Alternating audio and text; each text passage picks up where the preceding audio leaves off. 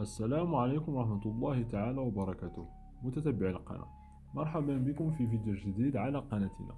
هذا الفيديو سوف نتحدث عن الانتقال كريستيانو رونالدو إلى الدوري السعودي عبر بوابة النصر. وأكد رئيس النصر السعودي: تعاقدنا مع رونالدو لا يستهدف كسب مباراة وبطولة بل أبعد من ذلك.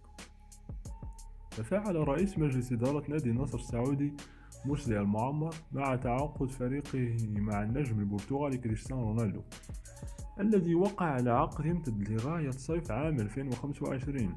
وكتب مسلي في تدوين عبر حسابه الرسمي على تويتر: سعيد جدا بانضمام أعظم لاعب في تاريخ كرة القدم إلى نادي النصر والدوري السعودي. وأضاف: تعاقدنا مع رونالدو لا يستهدف كسب مباراة أو بطولة بل أبعد من ذلك، وهي نقل تجارب عظيمة احترافية عالية وإلهام لجيل شغوف بالرياضة. أدعوكم للاستمتاع بفصل من فصول التطور الهائل في مملكة العز. تجدر الإشارة إلى أن كريستيانو رونالدو من المتوقع أن يتقاضى راتبا سنويا في نادي النصر بقيمة 200 مليون دولار للموسم الواحد، وذلك حسب ما أكدته عدة مصادر إعلامية. كشف الأمير عبد العزيز بن تركي الفيصل وزير الرياضة السعودي سعادته بانتقال كريستيانو رونالدو إلى النصر، مؤكدا في الوقت ذاته أن الوزارة ستدعم بقية الأندية لانتداب لاعبين عالميين.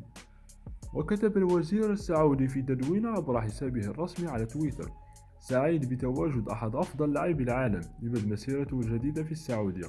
مرحبا بك كريستيانو رونالدو في منزلك الجديد، ومرحبا في دوري روشن السعودي. أتمنى لك ولعائلتك تجربة رائعة في المملكة. وأضاف: سندعم بقية أنديتنا لصفقات نوعية مع نجوم عالمية.